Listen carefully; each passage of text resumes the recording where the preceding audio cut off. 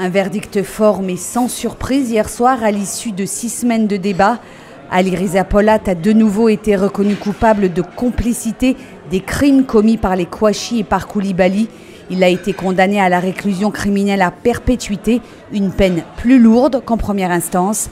À l'énoncé du verdict, les avocats des parties civiles faisaient part de leur satisfaction, à l'image d'Eli Korchia, avocat des 2 anciennes caissières de l'Hypercacher. Écoutez, ce soir, c'est une décision qui me fait quelque peu penser à ce que nous avions vécu lors d'un autre procès historique, le procès des attentats de Toulouse et Montauban, où on appelle l'accusé principal voit sa peine aggravée.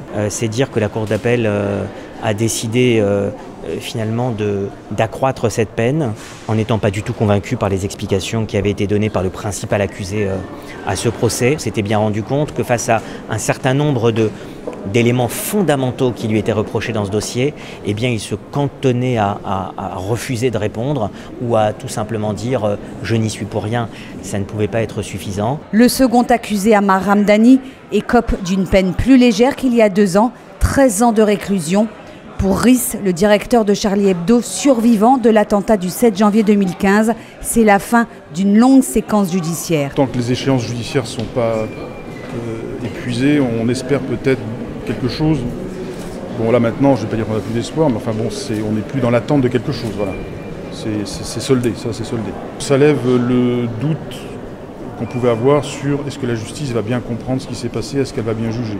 Bon, là on a une réponse. Après, on a nos interrogations personnelles, mais plus intimes, mais ça ne relève pas de la justice, c'est nos vies à nous, quoi. Et la justice ne peut rien pour ça. Mais près de 8 ans après les attentats, la douleur est toujours présente, comme en témoigne Annie Laure Saada, qui a perdu son frère dans l'attaque terroriste de l'Hypercacher. Est-ce qu'il y aura une reconstruction suffisamment importante et suffisamment solide et tenable, j'espère, je ne sais pas. C'est un combat de tous les jours, cette reconstruction. En fait, tous les matins, j'ai l'impression que je suis obligée de me reconstruire et tenir une journée tout au plus.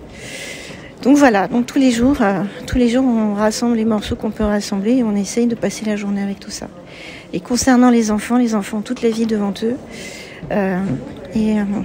et un bel avenir, j'espère. Ces attentats de janvier 2015 qui ont fait 17 victimes ont marqué le début d'une longue série d'attaques terroristes en France.